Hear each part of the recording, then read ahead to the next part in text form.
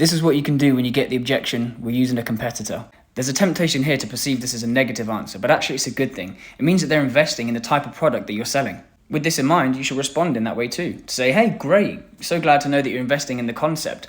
Would love to know, who is it you're using? Once they share who you're using, I think it's important to say, hey, yeah, these guys are great customers, but there's a lot of reasons why people would choose us over them. I'd love to get an understanding, like what are the key things that you love about them as a platform? It's important to agree with them in certain areas where relevant to say, hey, yeah, actually, they do those kinds of things well. On the flip side, what is it you're struggling with them as a platform? What do you feel is missing?